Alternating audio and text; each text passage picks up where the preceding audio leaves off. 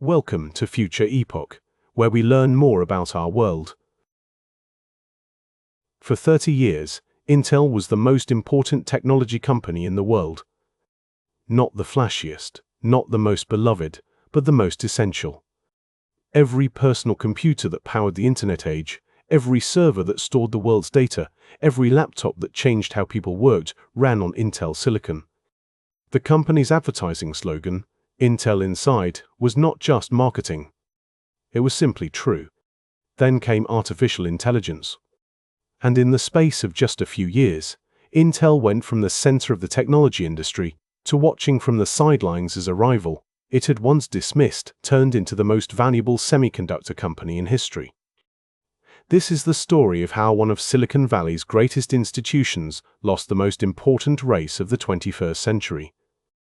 To understand what happened to Intel, you first need to understand what Intel was. Founded in 1968 by Robert Noyce and Gordon Moore, the company essentially invented the modern semiconductor industry.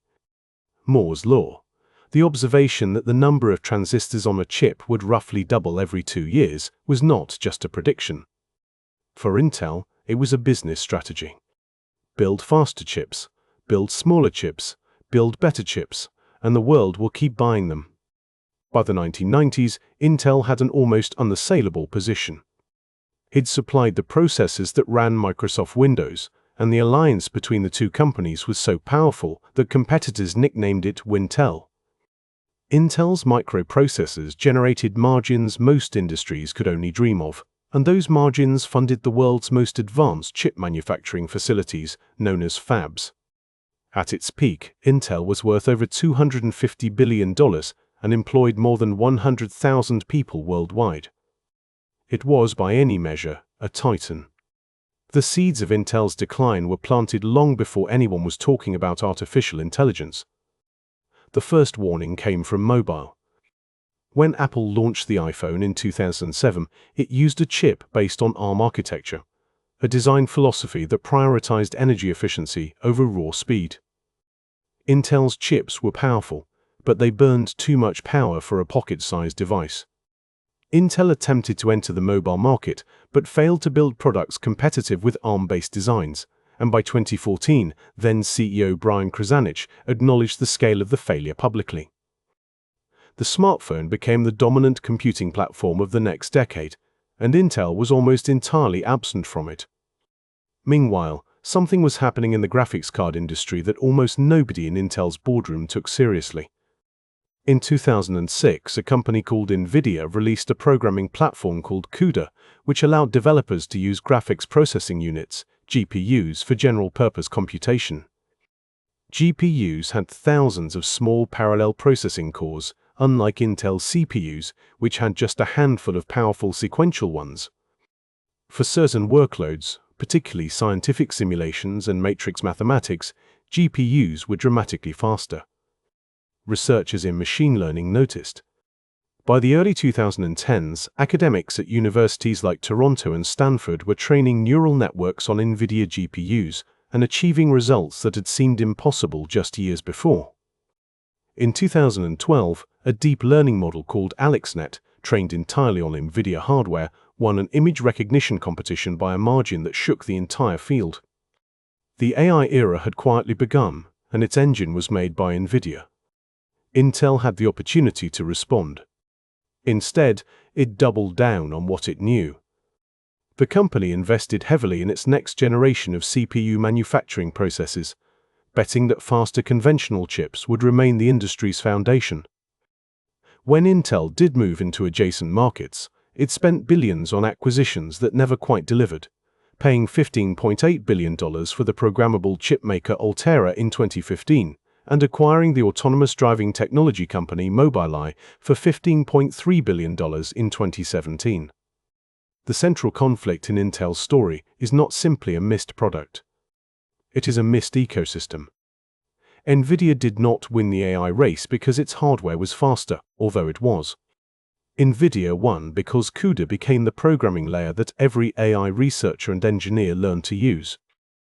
By the time the AI industry exploded commercially, a generation of practitioners was fluent in CUDA, and had built frameworks, tools, and libraries that depended on it entirely. Switching away from NVIDIA hardware meant throwing away years of accumulated code, expertise, and optimization work. Intel had no equivalent. Its attempts to build AI accelerators, products under names like the Neural Network Processor and the Gaudi line, were technically capable in isolation, but they could not offer the ecosystem that CUDA provided. Developers simply stayed where they were. Intel's manufacturing problems compounded the crisis.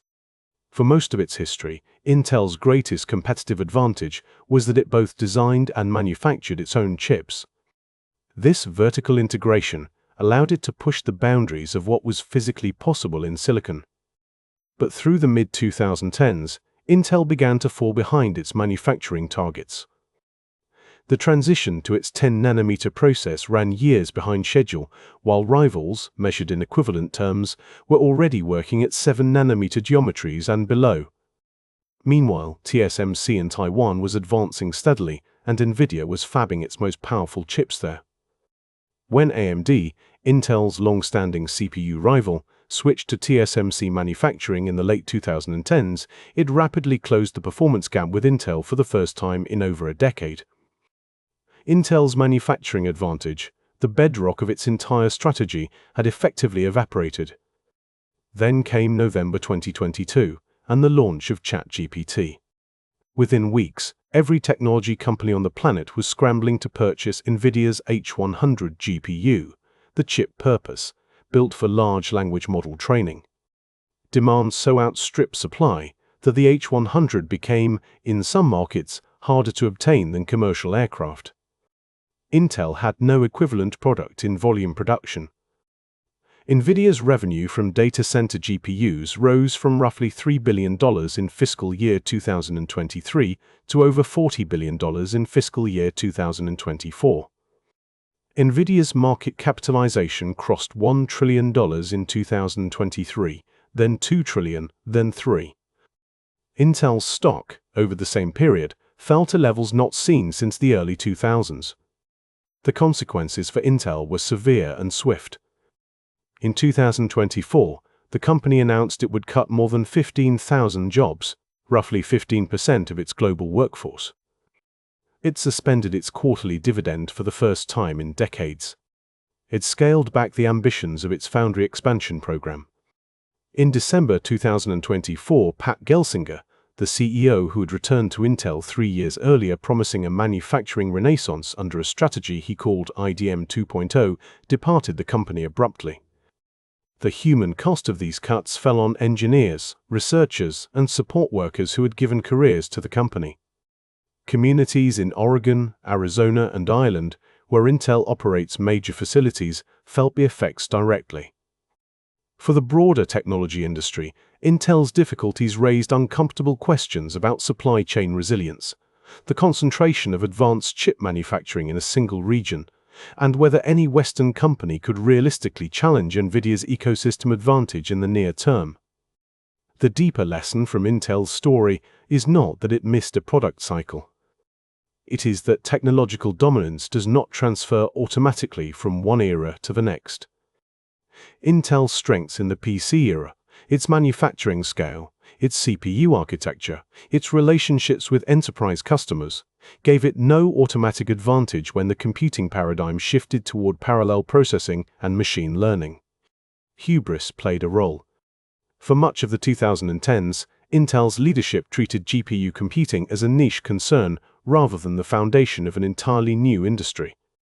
By the time the company recognized the scale of what was happening, NVIDIA's CUDA ecosystem had achieved a kind of institutional gravity that is extraordinarily difficult to escape. When a standard becomes the standard, competing against it is not purely a technical problem. It is a social and organizational one, and those are the hardest problems of all to solve with money or engineering talent alone. There is a manufacturing lesson too. For decades, Intel's vertical integration was its superpower. When that manufacturing advantage slipped, the company found itself competing on roughly equal terms, and it became clear that Intel's chip design capability, without the fabrication edge to support it, could not consistently win on its own merits. Intel is not finished.